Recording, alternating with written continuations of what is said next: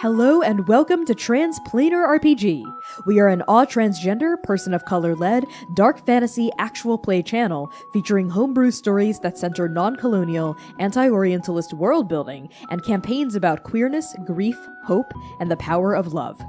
GODKILLER, First Blood is a 16-part podcast miniseries that follows a mythic, violent, and transformative tale about a single mortal rising against the challenges of the divine. Tonight, your god is me, Connie Chong, and my godkiller is C. Thomas. First Blood is a dark fantasy series that explores themes that may be triggering for some listeners. Content warnings for this episode may include fantasy violence, classism, religious imagery, death of loved ones, grief, heights, falling, vast and unknowable depths, ghosts, insects and bug horror, immolation and fire, consumption, complex and complicated relationships, and references to sexual innuendo. Episode 4. Fallen.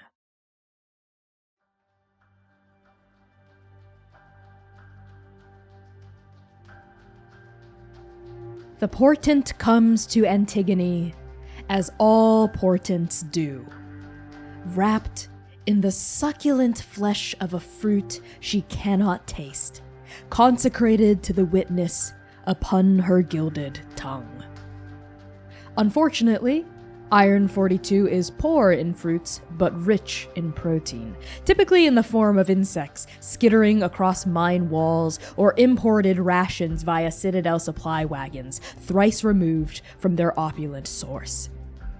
By the time the wagons make it this far, they carry only the dregs of munitions passed over by other towns. And so, Antigone, speaker of the above, servant of the witness, presses a dry, compacted square of what barely counts as food against her lips and chews. She chews through the aureate coating of her tongue. She chews with a prayer rolling through her mind. She chews with her eyes shut, blind to everything but the world. And as she does, standing upon sub-level 3 of Iron 42, Antigone asks her god to show her the path toward her answer. The path that only proximity to truth can illuminate. The path that only a chewed and swallowed offering can provide. Antigone asks the witness to show her the devil. And the portent comes. A face. Hard and haunted. Hair, the texture of a coyote's pelt, the color of tree bark. Alabaster streaks. Eyes of mismatched colors, slate gray and crimson. A mortal's face, which begs more questions than answers. We hold on that face now. And when Antigone opens her eyes again, she is sitting at the table in the Not Devil's home, nursing a cup of hot water that the Not Devil's grandmother had offered her. Rune, you see sitting in front of you the cleanest woman you've ever laid eyes on, and standing beside her, the biggest woman you've ever laid eyes on. The clean one is draped in robes of pure white with ridges of golden embroidery. Her skin is light brown, her hair black as ink, short on the top and sides and braided in 2 thin plaits down her back. Her face is knife-like, striking, sharp, with pronounced cheekbones and a soft, rather upset-looking mouth. The big one wears plate and chain. A massive greatsword is strapped to her back, and even though she's so huge, she is completely immobile, like a perfectly trained statue. Her hair is black and neat and shaved on the sides, and her face is handsome, like a lion's. Both the clean woman and the big woman sport repeating motifs of eyes across their robes and armor. And the eyes, although stitched and painted and welded on, give you the distinct sense of constantly being watched. And Antigone says, "Hello. You must be Rune. I am Antigone, speaker of the witness, and I am looking for the devil. The devil. And Rune's voice is smaller than they want it to be as it kind of echoes out into this tiny, tiny room, and they stand completely frozen in front of their grandmother in this small, narrow hallway, barely wide enough for their own shoulders to pass through. And Rune, with their mismatched gaze, stares at Antigone, the speaker of the above, and her champion, looking at them as though they were a bad dream that they expect to just disappear the longer they stare. But when they don't, Rune straightens a little, blinks a few times, and finally breaks eye contact with Antigone, turning around to their grandmother and speaking in a low tone. "You let them in?" What else could I do, Rune? That's the speaker of the above, and that's her champion. Can't exactly say no to a knock like that. Rune knows she's right, and they steel themselves as best they can. As I think Beetle and Bug, two cats, one an orange tabby and the other a thin tuxedo cat, both of them now with gray fur around their ears and their muzzles, come trotting out of Rune's bedroom as the door is still ajar in the hallway behind them. And I think Bug and Beetle both start meowing around Penny's legs, looking up at her and then at Rune expectantly for their breakfast. And seeing the opportunity, Rune looks back up at their grandmother and says, loud enough for the speaker and the champion in the other room to hear them, "You know, I think we're completely out of munitions for cat food, but I believe Monica was getting a shipment this morning, so perhaps, Grandma, if you wouldn't mind running out to fetch them, and maybe if you run into Rekja, tell her that I'm going to be late for my shift." Penny, to her credit, picks up on what you're trying to do instantly, and she nods quickly and says, yes, Monica and Rekja, yes, thank you for reminding me of that. Come on, Beetle, come on, Bug, let's go out and... it's been a day since you've gone out and got the chance to use a litter box, haven't you? Well, excuse me, Speaker, excuse me, Champion. So privileged and honored and very lucky and touched to have hosted you in our home, and I'm so sorry I can't stay for the rest of this conversation, but you know, Iron 42 calls. The wheels of labor continue to grind, even if some horses stop to graze and all that. Rune? Please, mind your manners while I'm gone. This is the speaker and the champion from the Citadel that we're talking about. You don't want to embarrass us, do you? No, absolutely not. And let me remind you, Grandmother, that I am a consummate host. And I'm so happy to be hosting and having this conversation. And their eyes fall back on Antigone and Eos, once again startled, I think, that they are not a dream and that they are still here, still real. Your grandma vanishes in like 2 seconds. She like opens up the door, the cats are gone, she's gone, she closes the door. And as soon as it's just the three of you, Antigone lowers this chipped mug of hot water that she'd been raising to her lips, like back down to the surface of the table, and says, not looking at you, you realize now, but looking through you. Anyway, as I was saying, the devil, where is he? I'm sorry? The devil, where is he? And the way she chews over her words isn't necessarily like she's threatening you or anything. It's like she's not sure if you understand what she's saying. Mm-hmm. And unfortunately, to Rune's credit, they genuinely are startled by this line of questioning. I think that dream is still sticking to their skin, and there's a little bit of sweat kind of pooling at their temple and around the edges of their hairline, causing these like curly white and brown streaks to fall in front of their face a little bit as they continue to just stand stock still in the hallway, staring at this woman who's sitting at their kitchen table asking them about the devil.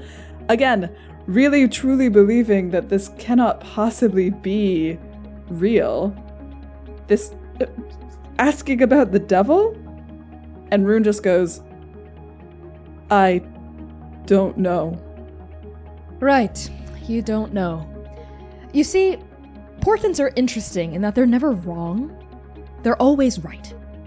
So when the portents show me the face of some random miner in this God's forsaken pit town, that means this random miner, for some reason or other, is connected to the answer I'm seeking, directly connected by all matter of truth. So I will ask you a third and final time. Where is the devil? What the fuck is a portent? Can I roll to recognize a god? Oh, okay, yes. You can absolutely recognize a god. So the move is, when you want to recognize the signs or influence of a god of the cradle, roll 2d6, and you add 1 for each true statement. And these are the 3 statements. 1, you're in or near their domain. 2, you're familiar with their gospel. And 3, it'd be bad if you didn't know. So you're trying to recognize the signs or influence of the witness here. And I would say that anywhere in the cradle is the witness's domain, because the witness sees all. Ooh. So that's a +1. All right, fair enough. +1. Are you familiar with the witness's gospel? I wouldn't think so.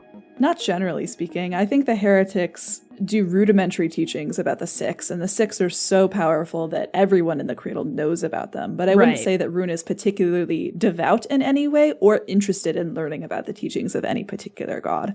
So I would say that they are not familiar with the witness's gospel. That makes sense. The 6 are ubiquitous throughout the cradle, like everyone knows of them. It's kind of like how everyone knows all the continents in the world, but whether or not you know the exact politics would depend on your schooling, and here you wouldn't, so you don't add 1 for that. It'd be bad if you didn't know. I think it would be. So that's a +2. Oh dear. So roll 2d6 +2. All right, here we go. Dice ASMR, let's do this. 10 plus 2, 12. Jesus. That's an overkill. So on a 10+, you realize your divinity is actively trespassing against them right now. No. The GM will say how. I might have fucked up. I think I made it worse. That's so funny. So as you say, what the fuck is a portent? Antigone narrows her eyes at you. You've sworn in front of the speaker of the above, who looks like she's never said anything more offensive than "but" in her entire life. And as her eyes narrow and that dark of her pupils flash, the fire, oh no, the grief, oh no, the rage that has simmered within your soul for the past 7 years, bubbling just underneath the surface, surging out when you least want it to, begins to peak upward. As Antigone's no longer looking through you, but she starts to look at you, which is so much worse. And that thing inside you, your grief, your rage, your terror, as it starts to surge upward, tell me how that starts to manifest on your body physically. Oh dear. Has this nightmare come to life? A nightmare that they can't wake up from, no matter how many they continue to have every single night for the past 7 years. As this person refuses to disappear into more ghostly forms that will not leave Rune, as this continues to pester them and pull on them, and they keep having to hear the devil's name, his name over and over and over again, this insistence upon the devil. That grief, like you said, that rage starts to bubble up in Rune, and unbeknownst to them, I think, an inky blackness starts to bleed out of the red of their eye, in their right eye, like their sclerae are starting to go black, like there is suddenly a drop of ink in a pool of water that is seeping outward. And I think the tips of Rune's fingers, you know when you shine a flashlight over a piece of thin skin, you can kind of almost see through it and it becomes really red and very orange? Like the tips of their fingers start turning that color. Where are your hands in relation to your body right now? Clenched at my sides, I think. Okay. As they're clenched at your sides, I think unbeknownst to you, a little bit of smoke starts to trail upward from your fingertips as black ichor bleeds from that red eye of yours. And the speaker's eyes widen a fraction. Her eyebrows kind of jut up. A side of her nose snarls, and she just lets out a, "Ew, what's wrong with your eye?" What are you talking about? What what the fuck are you talking about? Coming in here asking me about the devil. I am a minor in Iron 42. I don't know shit about the devil. And Rune takes like 3 steps forward. As you do, this huge brick shithouse of a woman who has been completely immobile and silent this entire time. I think you maybe even forgot she was there, because even though she's so big, she kind of blends in like wallpaper. She suddenly moves.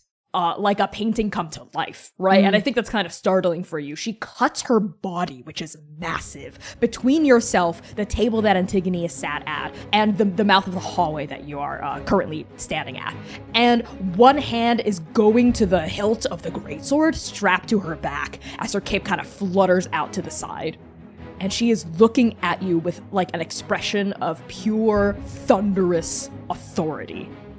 And Antigone says, Eos sees them. Oh, fuck. I would like to act impulsively. Yes, you may. So, when you act impulsively, describe the emotion that drives you and answer 1. As this is a mortal move, the GM will tell you something you didn't notice until now, then answer the other. So what's the emotion that's driving you, and how are you acting impulsively?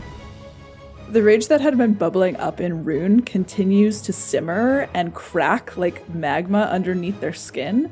But the second that Antigone says, sees them, a more practical kind of fear that had been drilled into them by Rekja and Jiang since day 1 with the heretics seizes Rune. And that emotion to escape, it's always escape, right? It's always run, leave, go fast, get away, don't let them catch you, don't let them catch you, don't let them catch you. And that driving force kicks in underneath Rune's bubbling rage and grief, and it propels them underneath the champion's outstretched arm, I assume, as she's coming at them, and right toward the single narrow window with both of their feet outstretched as they smash through it. Like, they don't even open it. They crash through the window and out as fast as they can. Are you going feet first? Is that what you said? I'm going feet first out the window. Okay, is that the advantage you see, is that you're able to get away? Yes. Okay. I'm going to tell you something you didn't notice until now. As you smash through the window and out, like these shards of glass flying through the air and hurtling down through the hole of the entirety of Iron 42, behind you, you catch just like a fraction of an interaction between Antigone and now this named champion, this Eos, right? Before I think your feet hit the ground and you start running. And this fraction of an interaction is, did you see that, Eos? Curse work. And then the trouble that hits you hard and fast is 2 seconds later, the front door of your home slams open, and Eos, this, again, brick shithouse of a woman, starts barreling down the stairs with surprising speed. Even though she's so big, she is, like, very surprisingly quick and fast on her feet. Much more than the clumsy swords and their half-plate and their iron armor that's hewn from this ugly kind of ingot, you know? Like, her armor is beautiful and heavy, but it doesn't seem to weigh her down at all. And she's running after you. So now you're being chased, Rune. That's the trouble that hits me hard and fast, huh? Yes, exactly. Okay. Amazing that she got down there so fast, because Rune fully lives on like the 16th floor or something. And there, I think like maybe a story above whatever ground level is on this sublevel of Iron 42. So they are using like rope bridges, planks of wood, nets to kind of like swing their way, like hopping, leaping, jumping, basically like free running across this upper strata of sublevel 4 where they live. And their gaze is fixed on trying to find a path to a heretic hideout. But the fact that this giant brick shithouse of a woman is moving so fast, I imagine like directly underneath them, is not good, because Rune is very used to being able to outrun basically anyone, and the fact that she is not being outrun is trouble. So they are going to try to shake her in whatever way that they can. Yeah. I would say it's less so that she is very fast and more so that she's so big that each stride she takes with like one of her legs, you have to run like 3 times to make up for it. You know what I mean? Even though you're like swinging and swinging like a little monkey. Gay. Yeah, so she's underneath you as you're swinging and sliding and using rope and using ladders, right? You're fucking like chutes and ladders in this, and she's just like a fucking truck, like bulldozing through like the entirety of Iron 42. Mm-hmm. So I'm gonna need you to tempt fate. Oh no. As you're trying to get away from her. Yeah, so when you tempt fate with your actions, you have to say what perilous feat you're trying to accomplish and roll 2d6. So the perilous feat you're trying to accomplish here is to get away unscathed, I'm assuming. Yeah. Okay. So you add 1 to your 2d6 roll for each true statement, and the 3 statements are: a skilled ally is lending you a hand. Nope. You have no other options. I don't think I'm out of options. This is just the one that Rune has chosen at this point. Okay, you know what? That makes sense. So we don't add another +1 for that. And you are not near the domain or agents of a god that wish you harm. That is not true. This is the agent of a god that wishes you harm. So that's a +1. 2d6 +1. Go for it. All right, more dice ASMR, baby. Let's go. Well, what'd you get? That was a 4. That's a miss. Even with a +1, that's a 5. That's a miss. So on a miss, the fates laugh in your face. The GM will describe how your plan implodes. So your plan is to just like kind of out acrobatics her, right? Outmaneuver her here, right? In the air while you have verticality.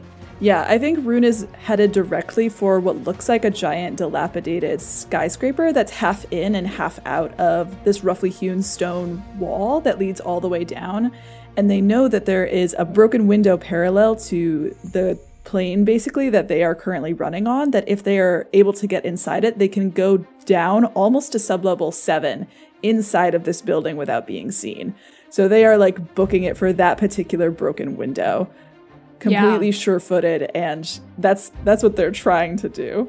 Totally. I think this Eos woman is like on a footbridge underneath you, right? And there's no like railing on this footbridge. It's just a plank of wood that stretches across a gap that's like 50 feet across, right? And it just tumbles into terminal nothingness beneath her. She doesn't seem particularly bothered. As she's running, her arm is hucked back, and you're like running, you're swinging toward that building, toward that skyscraper, toward that window.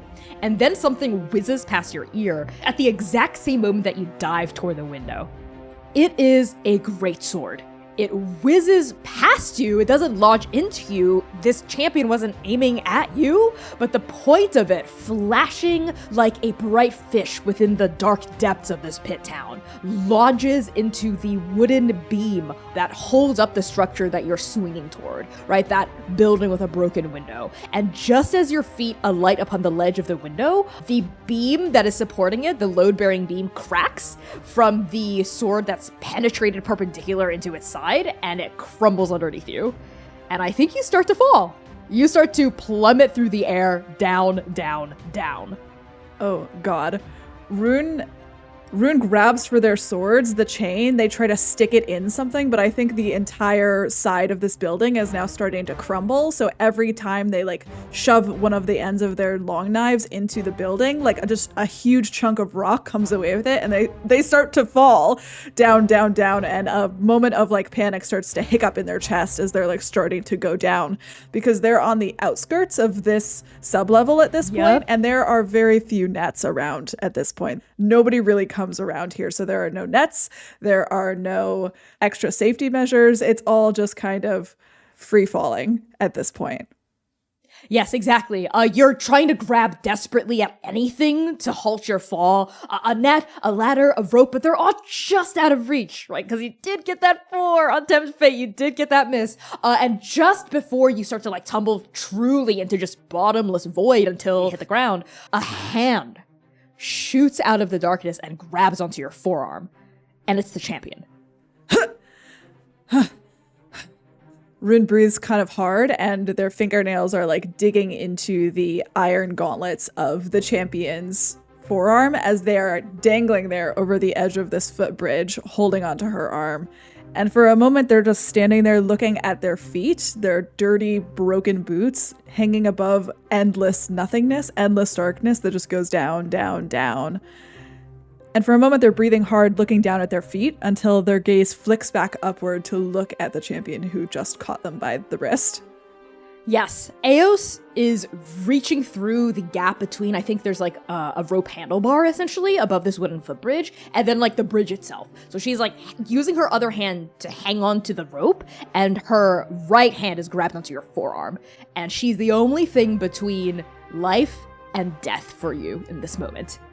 The champion of the above, with her dark, ink black eyes, like pierces your own gaze with hers and says, "Are you ready to behave?" Rune just can't help it. Okay. No. I'm a heretic.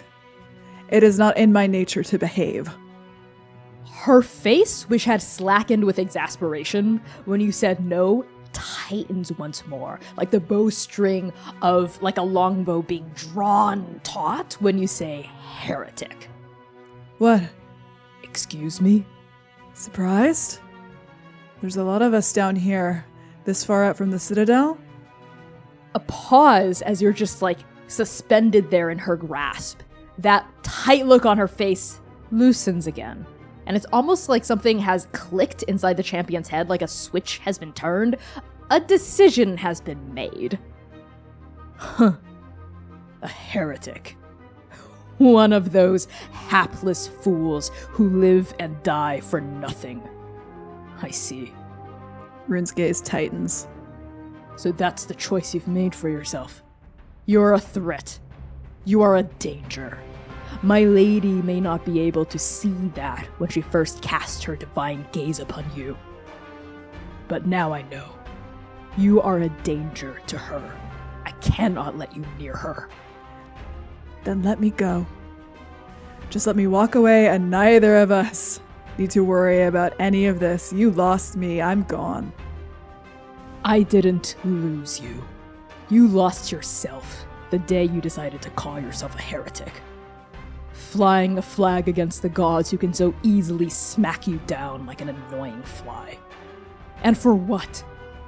For what grand purpose do you even fling yourselves upward upon the pointed ends of the swords of the gods? I have no other choice. We have no other choice. A hapless fool. Through and through. Fine. I'll let you go. And she lets go. Her hand opens up, and you no longer have anything that is keeping you from falling. And I think you start to fall.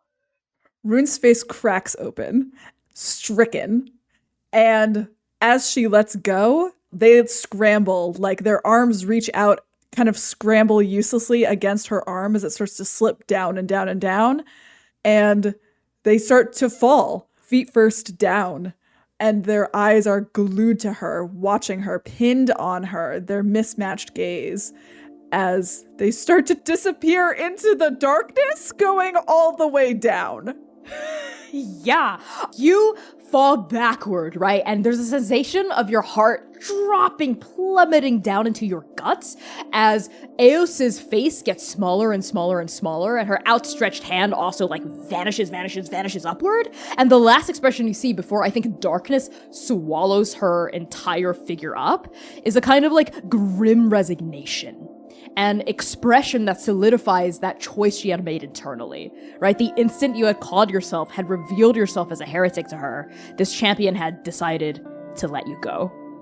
So Rune, you are now tumbling, you are free-falling the however many hundreds of feet there are before you will hit like the solid earth ground of the bottom of Iron 42, which is where Athamos, the unsigned toil, resides.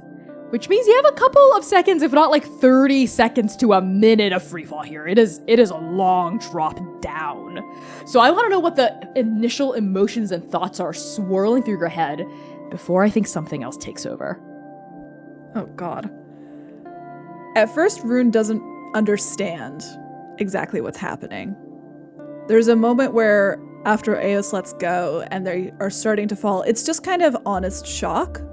And this kind of betrayal, this kind of ruthlessness is not something that Rune is familiar with in mortals, I think. And as they are starting to plummet, that feeling takes over, and they're not afraid of falling.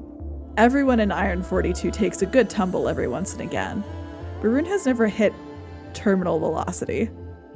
They've never fallen so fast. And as they start to pick up speed without catching on anything, as this black pit stretches down and down and down, what used to be probably the middle of a skyscraper that no longer exists drilled into the earth, just going down and down and down and down with nothing to grab onto, nothing for them to even throw the end of their chain around to catch themselves as they're going down and down and down.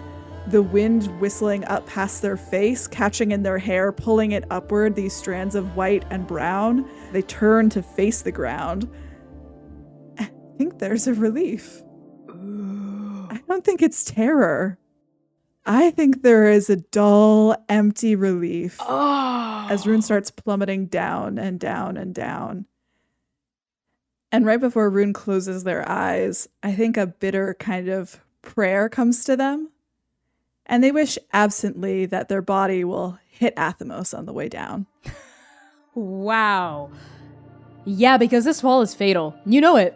Once you hit something, you'll die.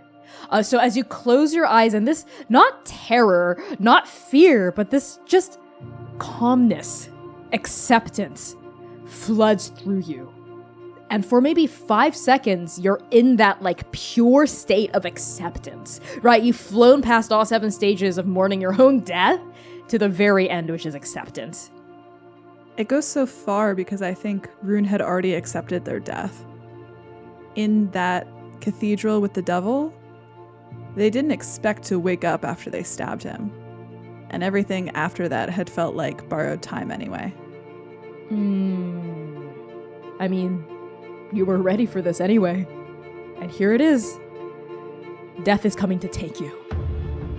And then, bubbling up through your relief, a face flashes past your eyes. Jiang's. Ensconced in flame, a face that is screaming, is shouting, hair burning, the pits of their eyes as black as coals, and Jiang is shouting in your face, "Fight! Rune! Fight!" And then another face flashes by, also burning, also screaming, the ghost of a memory you've never been able to shake. Aaliyah's face, also rising in chorus with Jiang's voice. "Fight, Rune! Fight!"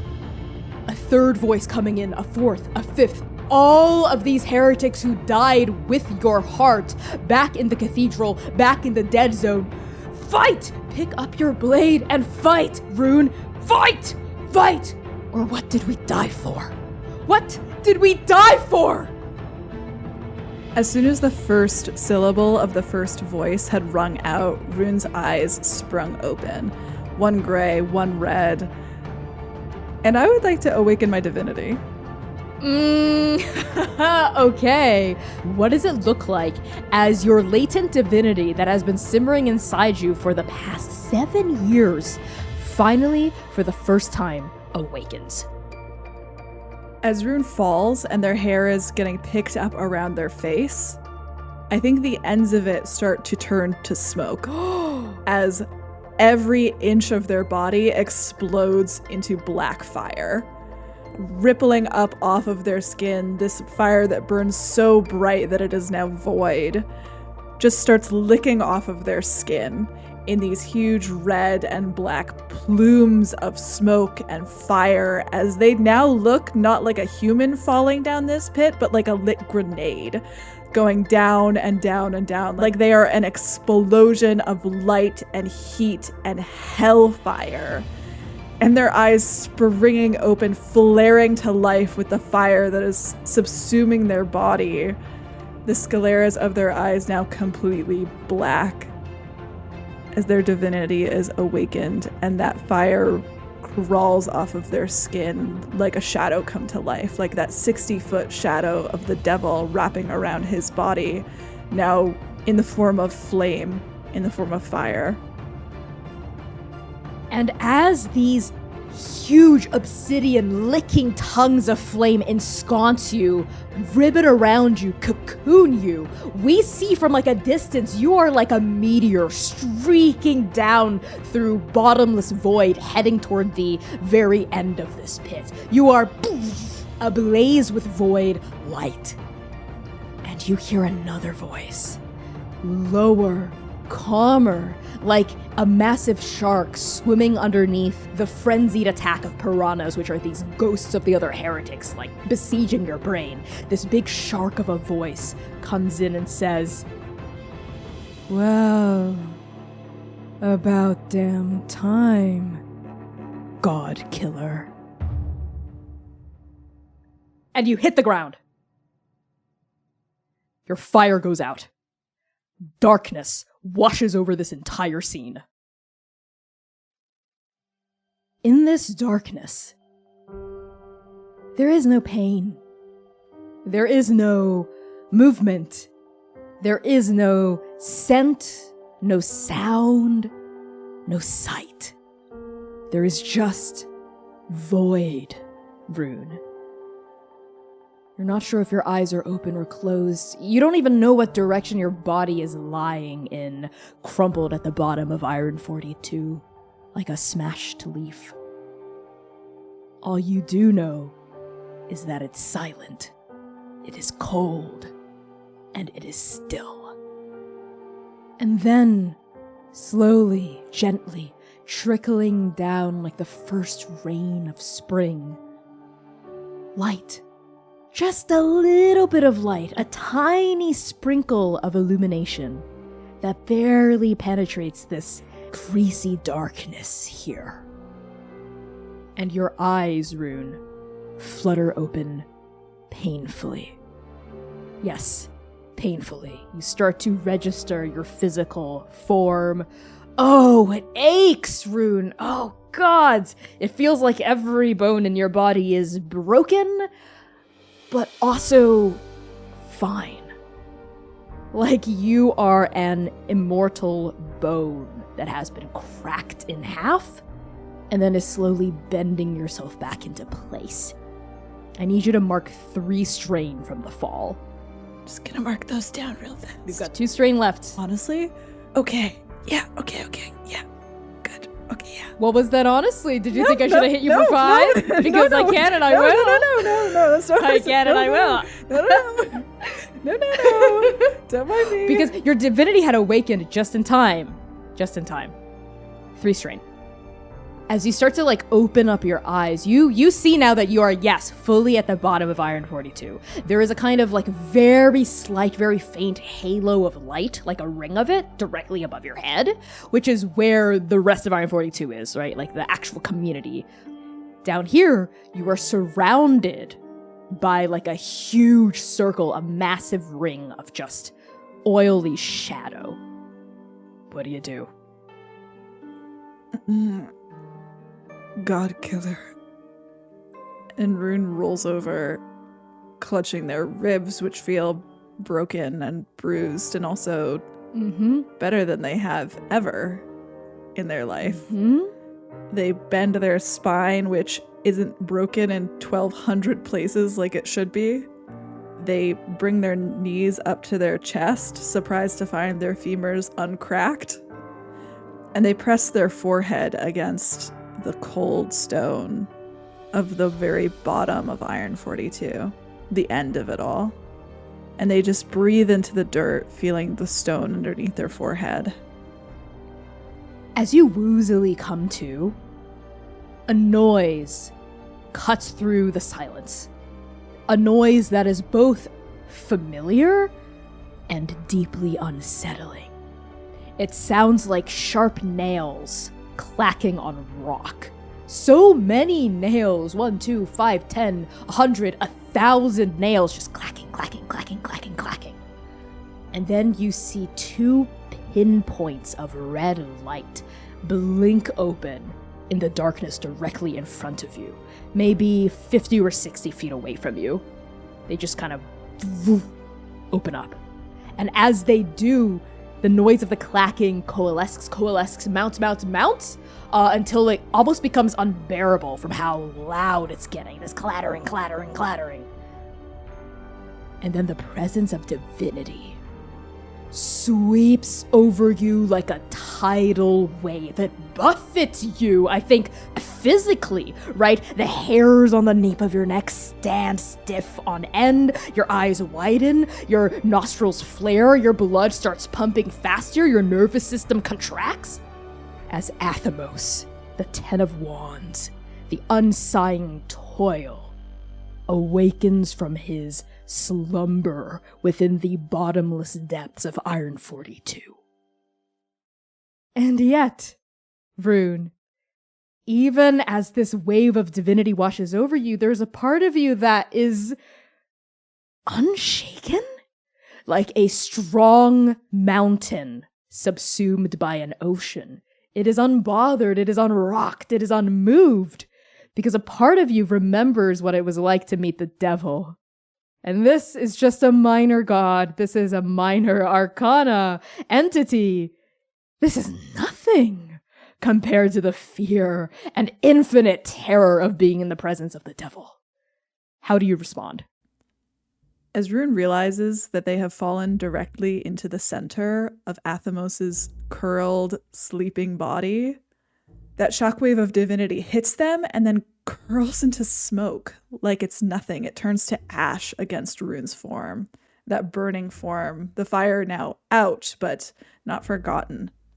And as those glowing red eyes open, Rune holds that gaze for far too long before remembering themselves, remembering their body, remembering where they are, remembering everything that just happened to them, and pressing their forehead to the stone again, as though to make like they're bowing, keeping their forehead pressed to the stone, not looking at this god directly in the face, because Rune has given before. They've tived. They tiv every season. They give part of their life force to Athamos, and they know better than to look the god in the face. But while I'm here, can I roll to recognize a god or their influence? You can. I mean, you already know a lot about Athamos, but I think it's more fun if you do. So why don't you? When you want to recognize the signs or influence of a god of the Cradle, roll 2d6. Add 1 for each true statement. You're in or near their domain, yes. You're familiar with their gospel, yes. It'd be bad if you didn't know, yes. So that's a +3. All right, +3, let's go. 10. That is an overkill. That is just enough to score an overkill. So on a 10+, you realize your divinity is actively trespassing against them right now. The GM will say how. Oh boy. That seems pretty obvious to me. I have an idea. Okay. Oh boy, here we go. You press your forehead against the hard, greasy stone of the bottom of Iron 42. So you don't see, but you do hear the clacking start to simmer down. But it is all around you, because you're right. Athamos is a massive white centipede. And his entire form, I think, circles around the entire circumference of the bottom of Iron 42. And with every tithe he gets each season, he grows a little bit bigger. The last time you saw him was a season ago, and he barely ever, ventures out from the darkness. He prefers to press his form against the edges of the wall down here. But you do offer what everyone in Iron 42 does, which is life force, vitality, literal, actual years off your lifespan to appease this god. Those 2 red pinpricks rise. They kind of rear up into the air. And you don't see this, but we, the audience, we see swimming forward to look down at you, almost like a drone periscoping down to observe an interesting little creature, an ant, is Athamos' face. He swims into that very faint ring of light at the bottom of this pit. And he has the face of a man. A man with no hair, with a face that is just perfectly a face. With eyes, a nose, a mouth, a face that could be found on the head of any mortal in the cradle. A remarkably plain and average face. But so bizarre when stitched onto the neck, the spine, the many clacking legs and hairs and chitin and plate of a huge centipede. And when Athamos speaks to you, those red eyes glowing, his mouth doesn't move, but you do hear his voice ring out across the entire chamber. Mortal, awakening me from my slumber. And yet, the seasons have not turned, have not changed. It is not yet time for your next tide. Wherefore dost thou awaken me? Keeping their head pressed to the stone, spoken in the tone that they had been taught since birth, to speak to a god, Rune says, "Oh, my great lord, I fell." Fell. And those clicks, those clackings, right? They start to rise and rustle, and it almost feels like 1,000, 100,000 tiny centipedes scrabbling and scrabbling in the darkness around you. It's this terrible hair-raising sound. No mortal falls into the sacrifice chamber and lives. Forgive me my unsighing toil, my devotion. I fell. You sense and hear his massive form, which presses against the walls of this pit, moving. Not just clicking now, moving. A kind of organic and tenebrous noise, like a muscle of a giant that hasn't been flexed in a long time, finally flexing, right? It almost kind of sounds like ripping cloth as he moves and stretches around you. Raise your head. I cannot, my lord. You refuse his order? You refuse his command? Yes. Okay. Because Rune knows exactly what happened not 10 minutes ago, way up there with the speaker of the above. The second that she saw their face, their eyes, she knew. And he will know too. Rune knows this instinctually deep in the pit of their stomach. They know that the fear that they do not feel will be their death sentence. It will be their end. It will be their undoing if he sees their face. Okay, I love that. You do refuse a direct order from the god you've served your entire life, though. Yes, I do. And your divinity is trespassing on him right now. So I think this is what happens. He lets out a... No. And this creaking, cloth-ripping, muscle-stretching noise enlarges, grows more unsteady, more unsettled. And then you can feel that presence of that divinity, that jaw-dropping, blood-stirring, marrow-cracking presence suddenly surge right in front of your face. And you know that if you were to lift your head and look up, Athamos' huge, massive head would be right there in front of you. He's reared his front legs up out of the darkness and is staring down at you like a huge worm, right? And you're a tiny little morsel. I sense. What is that? What is that? Tiny little yummy morsel, so full of a mortal's life. What is that? What is that? What is inside of you? And you feel two sharp pincers, I suppose, on either side of your shoulders jab into you. As Athamos' front legs are grabbing you by the top of your torso and trying to forcibly force you up to look at him in his face.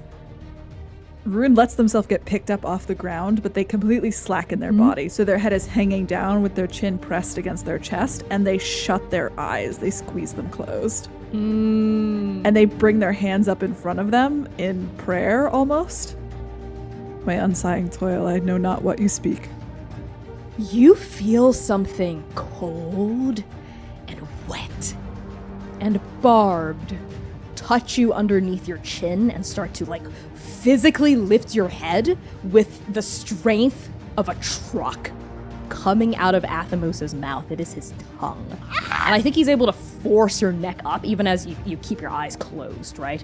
And you hear that horrible rustling chitinous, insectine voice click and clatter and say hoarsely, 1, 5, 10 years left on your lifespan. and he's counting how much time you have left before you die. You know this because you've lived in his domain your entire life. That's his power. That's one of the things he can do. He can tell how much longer any creature of the cradle has left before their end. So he can take those years for himself. I only have 10 years left on my life. There is a pause as Athemos is counting, yeah. You're what, 25? I cannot truly describe to you the rage that ignites in Rune's heart upon hearing that. 10 years left. That's it? That's short even by Iron 42 standards. That's nothing. It's next to nothing. And that's all they get? That's all they get from him? And you hear Athemos let out a tiny little morsel. Not much left for me. I am hungry, but 10 years. Pitiful. Is this what the mortals of Iron 42 have to offer me? Maybe I was mistaken. Maybe what I thought I saw wasn't there. A trick of the light. A trick of the ghost of the river from my dreams. For half a second, Rune is not at the bottom of Iron 42, held in the grasp of Athemos the Unsighing Toil. For a moment, Rune is 18, and Rune is in the cathedral. Rune hears Jiang's voice, telling the devil Athemos' downfall, the soft white flesh under his impenetrable chitin. And Rune opens their eyes to look the centipede in the face. okay. Oh god, okay, yep. This god with his face the size of a house, Rune clutched in his grasp. Rune stares with that mismatched gaze and says, I hope you choke on me. And I'm trying to goad him into swallowing me. Oh! Okay, that's challenge someone dangerous. When you challenge someone dangerous in front of an audience, I will get to that in a second. I think this still applies. Say what foolish or risky action you hope they'll take, which is to swallow you, and roll 2d6. Add 1 for each true statement. They care about your opinion. They think they're stronger than you. The crowd is on your side. They don't care about your opinion. They do think they're stronger than you. The crowd is on your side. I'll get to the crowd in a second. Hello? So roll 2d6 plus 2. Oh my Yep. god. I can't believe I said GODKILLER war real. Oh my, please stop. 8. Holy, that is a hit. That is a full success. Baby. The target rises to the bait. Okay. Those huge, pure crimson eyes, right? No scleras, no irises, no pupils, just red. And that horrible man face widen. And then a sneer raises up in his expression. It wrinkles that strangely, placidly smooth visage. And the tongue, I think, that was underneath your chin, it back into the mouth. and the two like front legs that were grabbing onto your shoulders, they clench you a little bit tighter, so they like bind you, right? Press your arms against your ribs, and his mouth unhinges. It unhinges to the size of your body. He turns you like a javelin and puts you into his mouth and closes the jaw. As you vanish into a strangely cold and subsuming darkness, those voices rise up again. The voices of the heretics you lost, and that strange, massive, dark, shark-like voice underneath it all. But the little voices come first, and they say, "Fight, Rune, fight, fight! Yes, use us, Rune, use us! Kill him, Rune, you can do it! If anyone can do it, it's you! Kill him!" And Connie, I would like to kill a god. And that big voice, the deep one, the shark, rises up with almost a kind of rattling chuckle.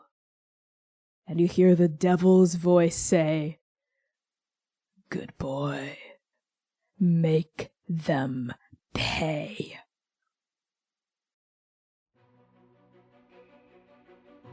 GODKILLER First Blood is performed by Connie Chong and C. Thomas. Follow Connie on Twitter and TikTok at @byconniechong and C on Twitter at CPlaysRPG.